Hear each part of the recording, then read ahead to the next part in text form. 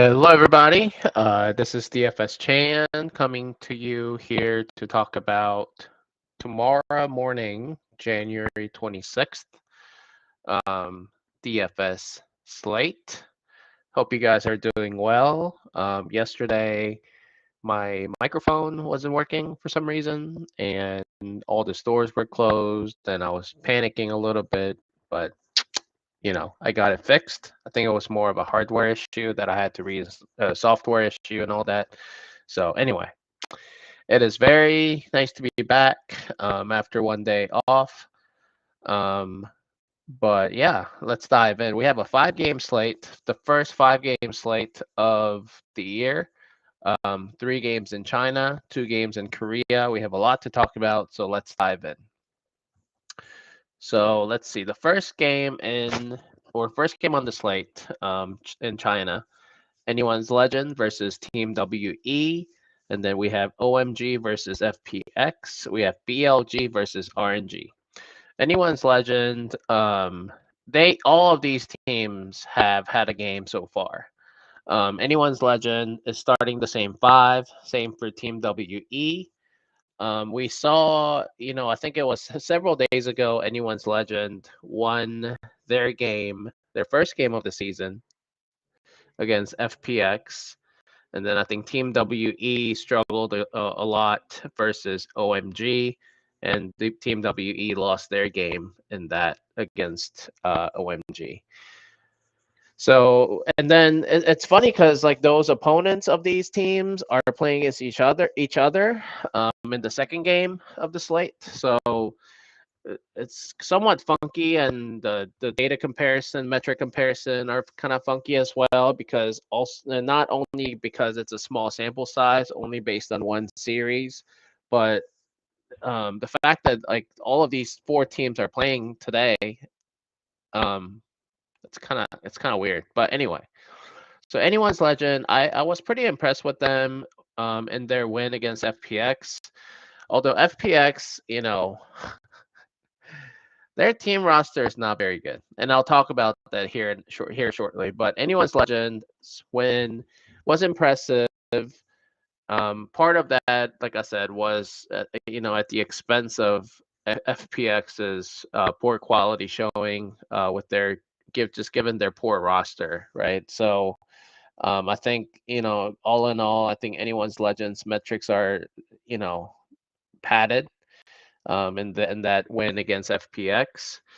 But Kroko actually played pretty well. Like just what based on my eye test, when he played against FPX, going up against 2 different jungling players in FPX, I thought he played pretty well. Just given the language issues and all that, I was a little bit concerned about him struggling early in the season, early in the split, but he actually played pretty well. And look, I mean, there were 3, maybe 4 instances in that series where he went into the bottom lane with Hope and Kale. Actually played pretty well there. Like that synergy was actually there.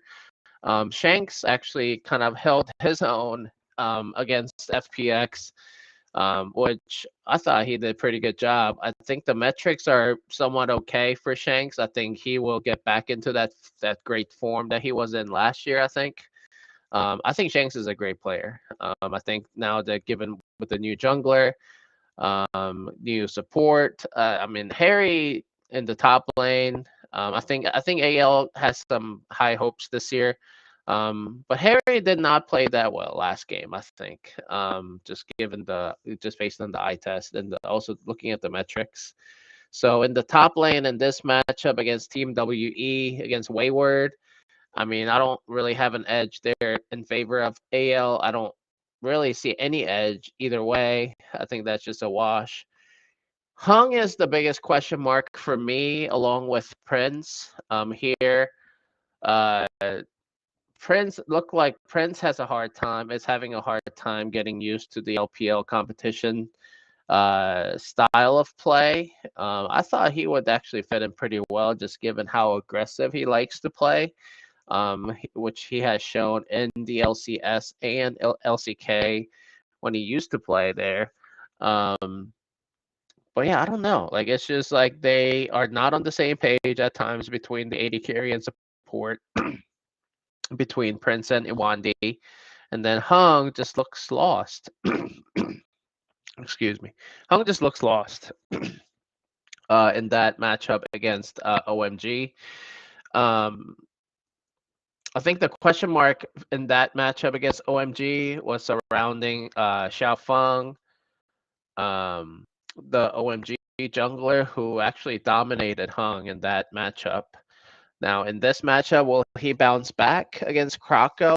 I don't know. I don't think so. I think I'm impressed with Krako's quality jungling style compared to Xiaofeng's as well. So, what is there any reason for me to believe that Hung's gonna bounce back and dominate Krakow? I don't think so.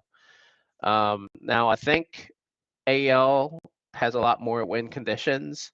Like I said, I think jungle control, and I think the bottom lane have been better, at least from what I've seen so far. And then also in the mid lane, I like Shanks over Fofo. Fofo can pop off at times, but I just don't see that here against Shanks. I think the only few win conditions that Team WE has is that maybe Hung, Prince kind of, they just show up, play better. Their synergy looks better after a couple games in. And then Fofo dominating through the mid lane. Because I think in the top lane, that's just going to be a low kill participation on their own, matchup there, 1v1 there. But I think Fofo needs to play well. And then Hung really needs to play well. And Prince will come along, I think, just given how those two players play. But I'm just not impressed with how Team WE showed. And I think the fact that Krakow's jungling style actually showed up for anyone's legend against FPX. I think they threw two different junglers at Krakow, Milky Way and what was his name? Meow.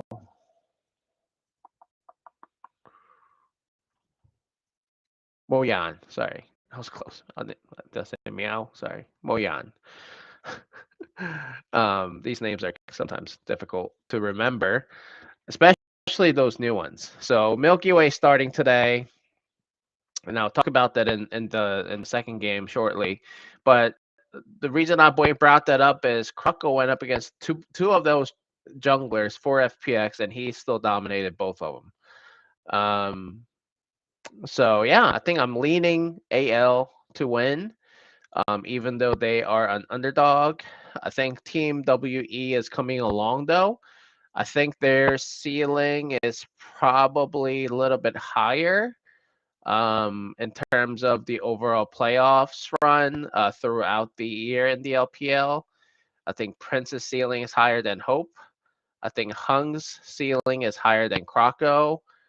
A little bit by a little bit. Fofo, like I said, his range of outcome is bigger than Shanks. Shanks is a little more consistent, but Fofo ceiling is a little bit higher. But then his floor is high. His floor is lower too. So given all of that, yeah, I mean there will be times where Team WE plays really well and beats some good teams, and beats some mediocre teams like anyone's legend that I'm projecting them to be in the LPL this year. And that could happen that could happen today. That could really happen. They can flip it around. But since that it's happened, I mean their last game happened like 3 days ago in such a quick turnaround time. I still have to give my lean on anyone's legend to win tonight. I do think Team WE is a good play as well for GPP if you are looking for a team with high kill upside. This match, the total kills over under was set at 25.5, which is pretty high. I think it's the second highest on the slate, and then combined kills per minute is set at 1.53 total for both teams. But like I said, given the one series sample, it's a small sample, so I just would not trust that. But in terms of the overall kill upside, yeah, I mean, this one has the medium to high kill upside written all over it. All right. That is the first game. Let's look at the second game of the slate is OMG versus FPX. I think everyone's on the OMG train. Um, I have seen messages on Discord, on the True DFS Discord channel, and then also on Twitter. Some people have been messaging me that they just want to go all in on OMG. I think it's also the recency bias that you guys saw OMG dominating their game against Team WE. Yeah, but they did look good. I mean, Xiaofeng, like I said, was the question mark at jungle. It is possible that he could be really, really good, or he just had a really good game, and then he might just kind of, come back to come back to earth after that performance against Team WE. Maybe Hung was just that poor in that matchup. He's going up against Milky Way though. Milky Way was, like I said, one of those two junglers that FPX threw out against AL, and FPX lost that matchup. And I think I mentioned this on that video with FPX on the slate. I think Duck Dom and Life right here are gonna be the most overrated bottom duo in the LPL this year. Period. I know they're Korean and all that, and they did okay in the LCK, but I actually didn't like how they played in the LCK when I watched them, and I followed very closely the LCK. I thought Duck Dom and Life were more so carried by their peers on those respective teams that they played on previously. Now, playing with Milky Way, I just don't see that synergy being there at the moment. I very much prefer Xiaofeng, Starry, PP God, just based on the way they looked in their last game. But then in terms of I'll talk about other lanes and I'll talk about the ownership aspect of it. In the mid lane, it's an interesting one. I think Care, is good, and Angel's good, but his ceiling is kind of low, but he is experienced enough to stop the bleeding or stop the damage that Care may come out and fire at Angel. So I do think that will be mitigated if Care goes off and stuff like that. And then Xiaolao, who is a good player as well, and Cube is okay. So I do think there are few win conditions here as long as Milky Way kind of pulls his own weight against Xiaofeng, and then Duck Diamond Life do better than how better than what I expect them to be this year for FPX. But like I said, I'm still leaning OMG to win here tonight. But like I said, a lot of people are on OMG tonight. I think some people are going all in on OMG. I mean, it is a very OMG has always been popular. Let's just put it that way in the DFS world. I don't know if it's because of the acronym, because of the team name, because of the team color, because of their team identity, the way that they used to play, a very kill heavy, high pace games that OMG used to play with. Maybe it's that, I don't know, but I just don't think. Maybe it's a combination of all of those things, right? But um, I think the ownership on OMG might get up as high as BLG, who is the biggest favorite in the next matchup that I'll talk about. So from a ownership DFS standpoint, game theory standpoint, I just think you can maybe fade them. And this is the lowest projected kill upside match in the LPL games. All three games. This one has the lowest 24.5 total kills over under, whereas the Anyone's Legend and Team WE game is set at 25.5.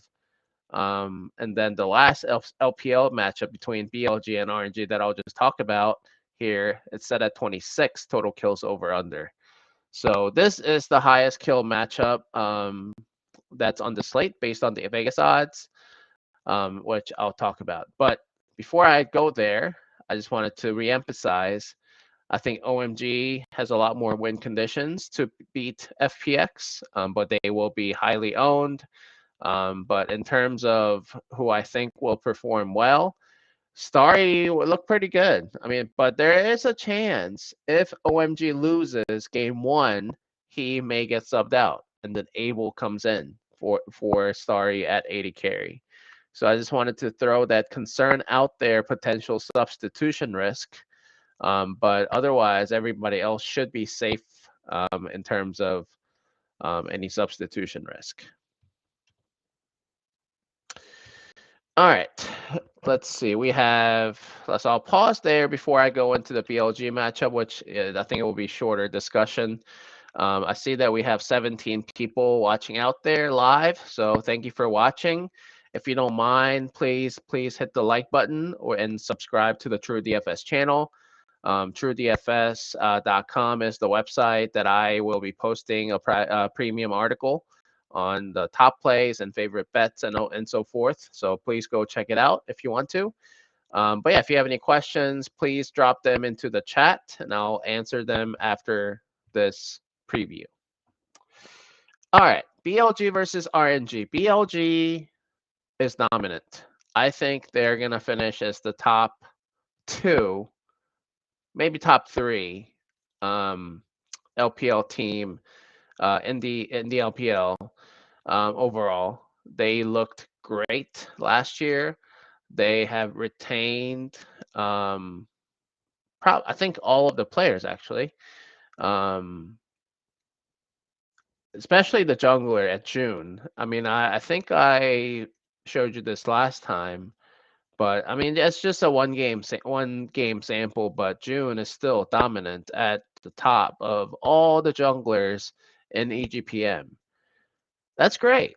And you see Krakow as second, so that's why I also pick AL. But yeah, BLG looked really good. I mean, they looked really, really good. They beat Top Esports, I believe, and then RNG, their opponent in this matchup, beat.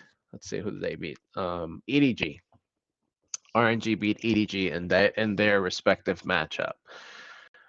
But BLG is a better team. They're just a better team. I mean, they are a juggernaut, along with JDG, in my opinion, top two teams in the LPL by far. There will be days, there will be times where BLG falls into a trap game and they lose, which could happen at times. But statistically, eye test, everything you can imagine, BLG should win, period. They should beat RNG. In the jungle, Shun is better than Wei. In the bottom lane, Elk and On have to play better than what I've seen out of LWX and Ming. I'm not a believer in LWX. Even in their last matchup against EDG, he was very hesitant. I did not like the way that he started off the games. Now in the mid lane, Tang Yuan actually played pretty well, I thought.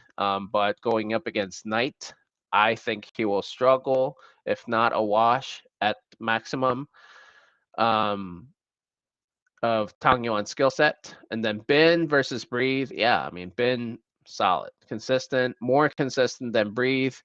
I think the ceiling's even higher for Ben compared to Breathe.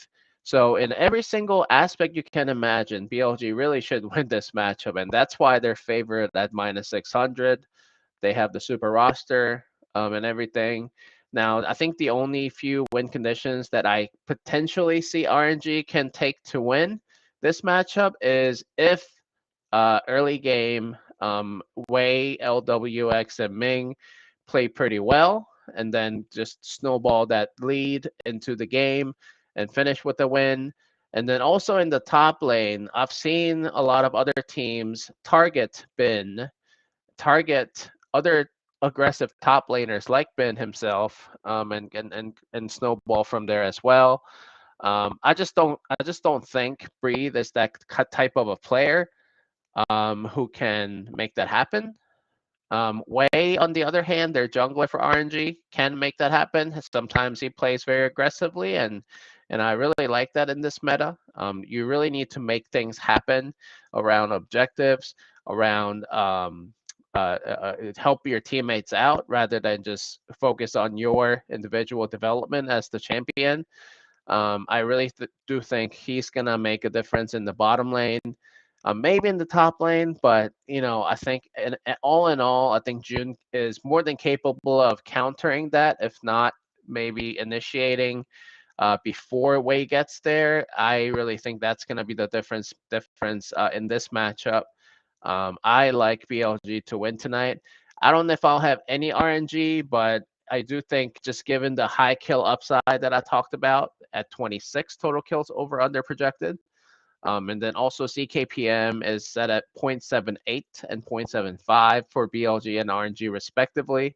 But like I said, that's just based on one game sample. But BLG games tended to be high in kills last year, RNG as well last year, and they have the jungler returning as well. So I do think it's gonna be a somewhat similar pace like last year. So I do think, yeah, I do agree with the odds here that it is gonna be a higher in kills. I don't think it's gonna be like the low kills that we saw in the Thunder Talk matchup, LNG matchup this morning.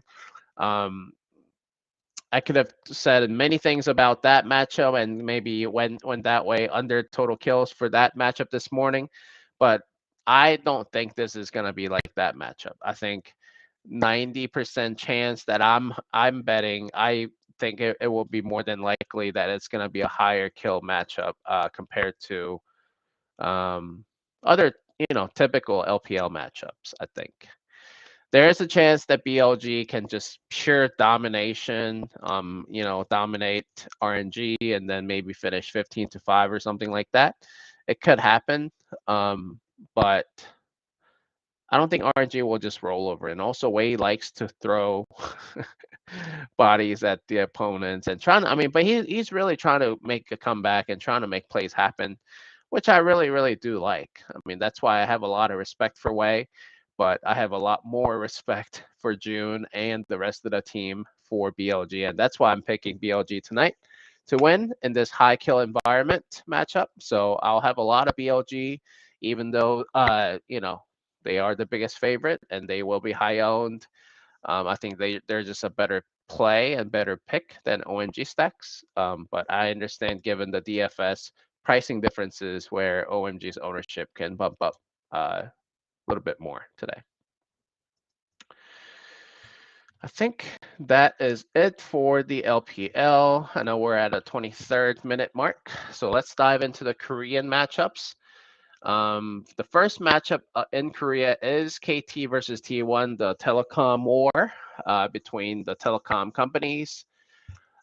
Teams, T1 is a heavy favorite at minus 525. We don't have to worry about any substitution risk for T1 here. We have Zeus owner, the GOAT himself, Faker, and Kumayushi and Keria starting at minus 525 favorite. Going up against KTs, I don't think there will be any substitution risk either for this lineup. At perfect, Pyosik, BDD, Deft, and Barrel in those respective positions. Now, who do I think is going to win? I mean, it's going to be T1, right? I mean, it's going to be T1. I know T1 lost that game or series against Gen G early in the split, but at the same time, we saw some signs out of T1, even though they were so behind. They were like 10,000 gold behind at once, but they still made some plays happen to get themselves back in the game, which is a great sign. It's a sign for a great team who can come back, who can win in many different ways. And T1 is the reigning world's champions that need to be respected. Now, they're going up against a good team, though. KT is going to be a playoff team this year, in my opinion. Pyosik, while he has a big, very wide range of outcomes, very low floor, very high ceiling, depends on his level of confidence in that series, but also based on how his teammates perform. He really feeds off of his teammates, even though he's a jungler. He really meshes well with confident players once his teammates and other lanes gain confidence and play well. He tends to perform and complement those players very, very well. Now, is that going to happen against T1? I think it really needs to. We really need to look at in the bottom lane. I think that is where the most damage needs to happen for KT to have a potential upset chance. Because I think BDD Faker is just going to be a wash. And then in the top lane, Perfect will be a motivated rookie who's going to go up against Zeus, who is also very young. And he was the rookie phenom that came into the LCK, who got the starting nod at top in the top lane for T1, the historic franchise. There were a lot of talks about him starting, controversies surrounding him, but look at him now, right? He's a world champion. He is the best player on this T1 team, fulfilled with stars, including the GOAT himself at Faker with Faker. But Zeus is the best player, skill set wise, for T1 in my opinion, along with Owner at jungle. So that's gonna be the kicker, I think, between Perfect, Pyosik, Zeus, Owner, where I think T1 more than likely have an advantage there. Now in the bottom lane is where I have a little bit of concern. I think Gumayushi and Keria, sometimes they're on, sometimes they're off. When they're off, they really do their team T1 disservice. Really, all these three other players really have to help the bottom lane out sometimes. Now, do I think Deft and Barrel can keep up with Gumayushi and Keria? Yes. Do I think they can? They have the skill sets and confidence and the tendencies to dominate, exert dominance over Gumayushi and Keria in the bottom lane? I don't think so. I think Barrel has been picking a lot more aggressive champions in the last couple series. I think in Hui and Pike playing those champions, he's been getting a lot more kills and being more aggressive and trying to start more fights, initiate more making things happen basically. But Deft, on the other hand, has been okay. Like he's been up and down. He's kind of more of a boring player. He just waits until the late in the game and kind of do well in that phase of the game. But I just don't think KT has that many win conditions through which they can upset T1. So I'm gonna go with T1 here tonight. I do think this is the better kill upside LCK matchup compared to DRX and Fox, which I'll talk about here shortly. So yeah, I'll have some T1. Hoping that this game goes off. I do think this game will be higher in kills over at least one of these LPL matchups. If I have to guess, it's gonna be the ALWE, but I'm just gonna say it like it is. Like KT and T1, they're gonna be motivated to play against each other, and the late trends favor these two teams to hit the total over under total kills at over total kills. So that's what I'm gonna go with, and that's gonna be one of my favorite bets. But if you want to see the other two bets that I have so far, come to the TrueDFS website and become a premium member. I think you will enjoy it. All right, last LCK matchup or last matchup of the slate. This 5-game slate is DRX versus Fox. I just wanted to quickly announce that these 5 starters for both teams, respectively, could change, just given how much they've struggled this year so far. I mean, it's only been what 2 games, but still, I think there is a chance that one of these players gets subbed out. We're not going to get starter confirmation for this matchup because it is the second LCK matchup. We're gonna get it, but it's gonna happen after lock because it is the second matchup and happens later in the day in Korea. So if I see any starter confirmation for either of those teams, I will post it on my Twitter, but also I'll post it in the Discord channel. So yeah, feel free to join me there. But yeah, I mean, this is an interesting one. I think both are playing poorly. DRX especially, Sponge, Setup, Teddy, and then I think Willer Closer played a little bit, have been playing a little bit better than Sponge and Setup. But I'll show you what I'm talking about when I say the stats. So here you see, I think I sorted it by EGPM. Yeah, that's the one that I typically look at. You see Closer has a better EGPM than Zetab, and I'll show you more in depth as to what that looks like. You see goal difference at 10 minutes. Closer has a higher goal difference, XP difference. And then you see at EGPM, I mean, it is a 55 EGPM difference, which is very, very significant. And Zetab has been one of the players that I'm concerned about maybe getting subbed out, or maybe just getting benched before the series. So I just wanted to kind of point that out. Between the junglers, it is interesting to see how big of a gap there is here. Even at the kill share percentage, you see Willers is really high. So if you are playing Fox today, make sure you include Willer in there as the jungler with the high kill share percentage like that. That is very rare, but for DFS, that is a golden gem. So make sure you include Willer, and if you are playing a Fox player stack, because that really is the golden ticket to make sure that you actually include a jungler there. But in terms of the EGPM, you see the big difference here as well by 56. Willer has an advantage for. So yeah, like I'm pretty confident that Fox is gonna win here tonight. DRX has been struggling a lot. Um, Sponge is not very good. Tab is not very good. In the bottom lane, Teddy actually, he's a solid player. He's been in the LCK for a long time. Same for Rascal. But I think Henna and Execute, their metrics are not that far behind Teddy and Play. I think they will do just in the top lane is where a little bit get concerned about, and Rascal can definitely carry a team to victory, but can he do it in 2 games in a best of 3 series? I don't think so, and that's what we saw out of DRX in the last 2 series. That's why I think Fox will win.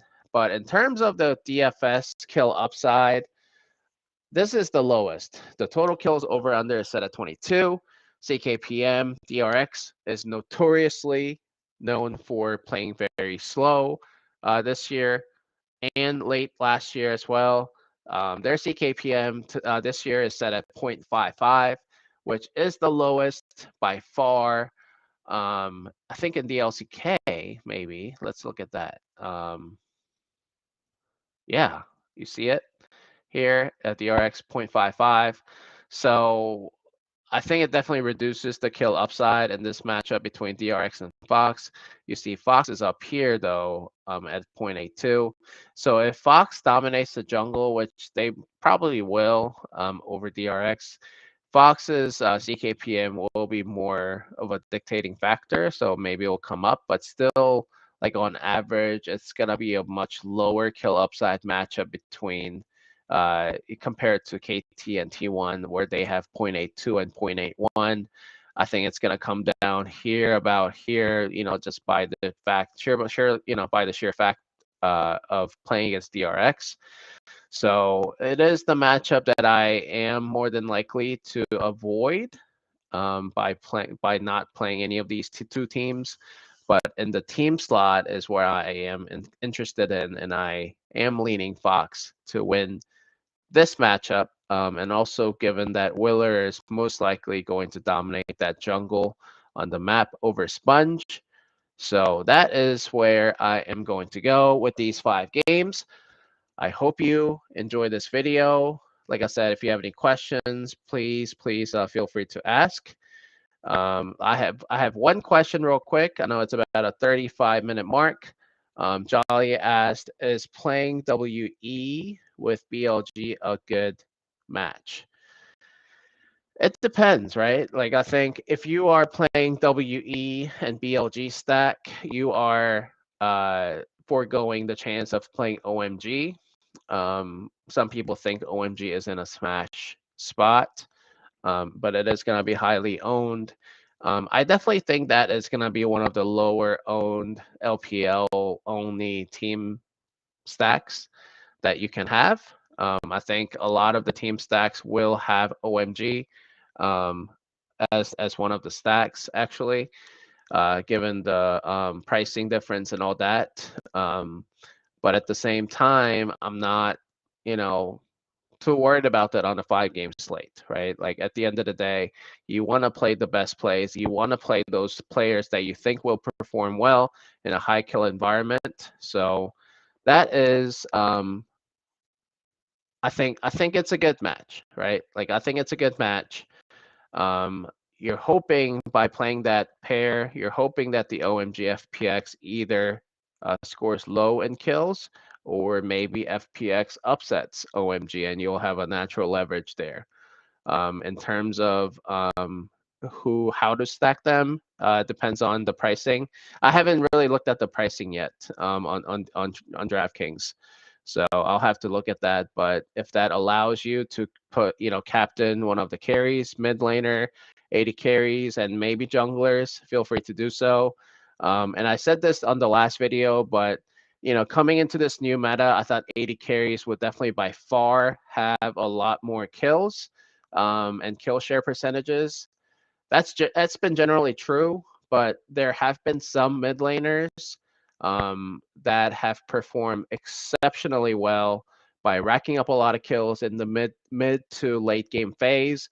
And I attribute that to two factors: is one, mid to late game, these mid lane players have had a lot more chance and opportunities to uh, basically focus on their development, focus on getting a lot of gold, focusing on a lot of the resources that they can obtain, in those full 20, 30 minutes, and attain those items where they can excel in the mid to late game by using those items.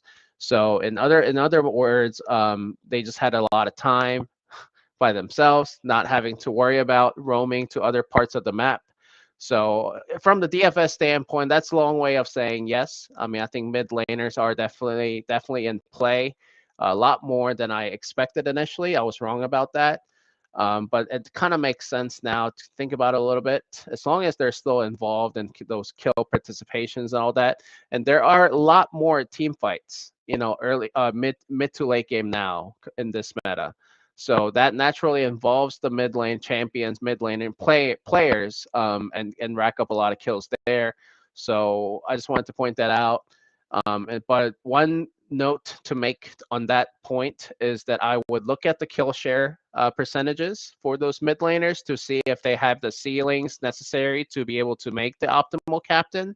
Some players in the mid lane do not have that kind of upside. So I would take a look at their historic kill share percentage, also what kind of role that they play on their respective teams, and so forth. So that is what I'm recommending, just looking at that kill upside by looking at the kill share percentages. All right. The next question is, who is your favorite 80 carrier in the LPL and LCK? It depends, right? It depends on who you think will perform, which team you think will win, and which high kill environment. That's a good question. I mean,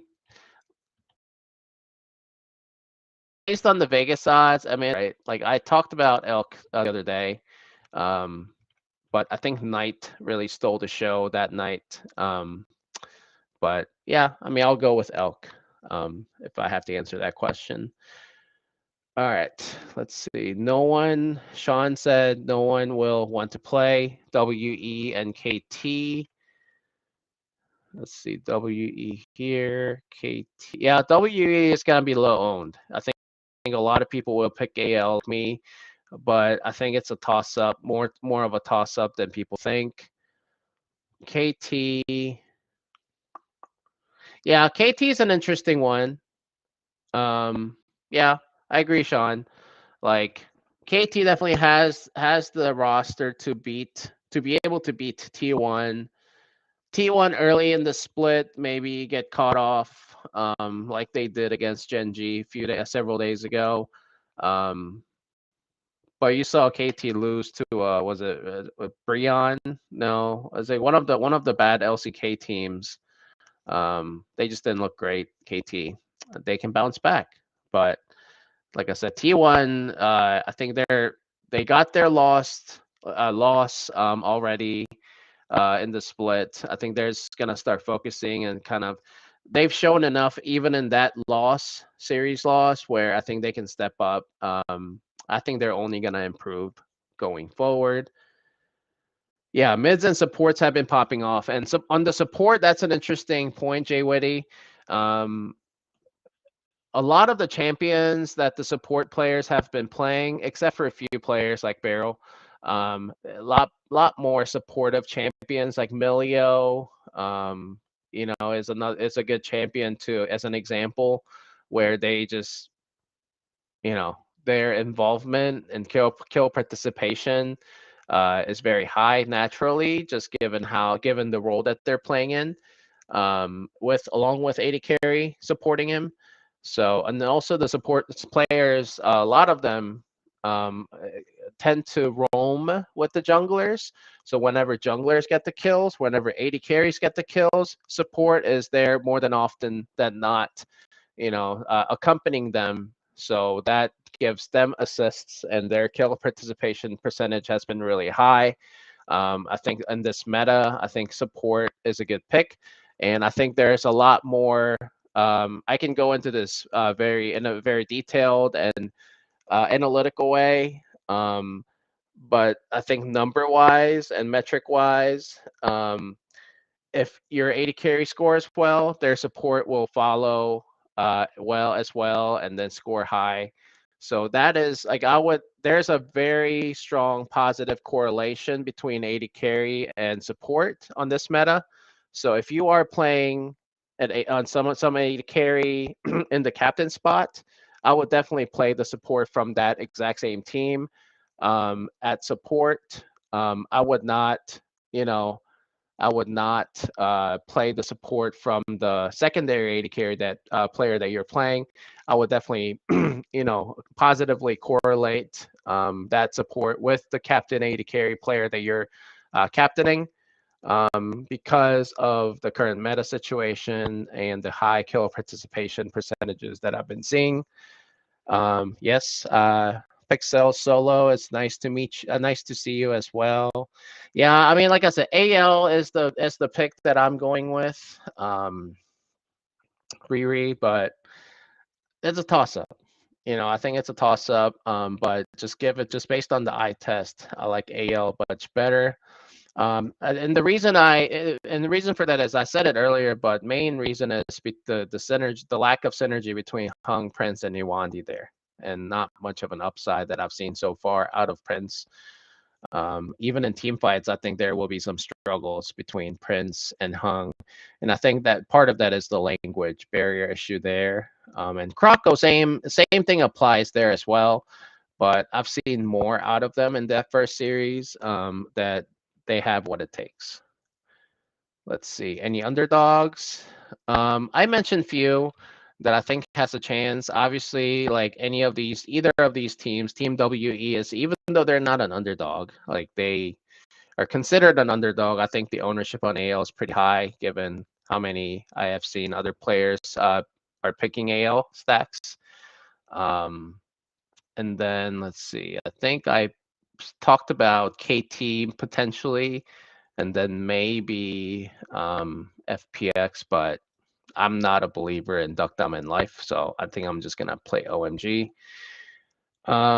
Is Iwandi supporting for Team WE? Yes, he is starting there. Yes, exactly. Fiercely, he said it better than me. He added two more champions that I talked about. Like I said, if you are captaining an AD carry player, positive correlation. I would play the support from the same team. Support captain with AD carry.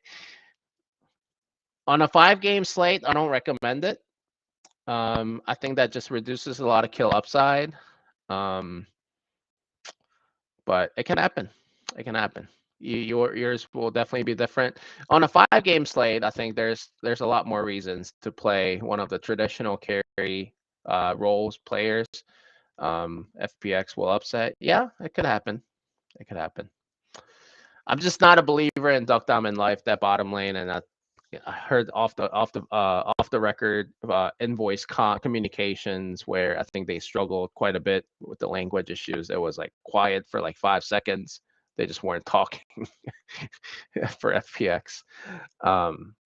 But anyway, I hope I answered all your questions. It was a very productive discussion and video. I hope you enjoyed the time with me. If you did, please hit the like button and subscribe to the channel. Until then, I'll have another video tomorrow. We have another 5-game slate on Saturday. Until then, I hope you guys win, take down the main GPP. Hope you guys win. Hope you guys make some money. Any questions, let me know. Thanks for watching. Until then, see you later.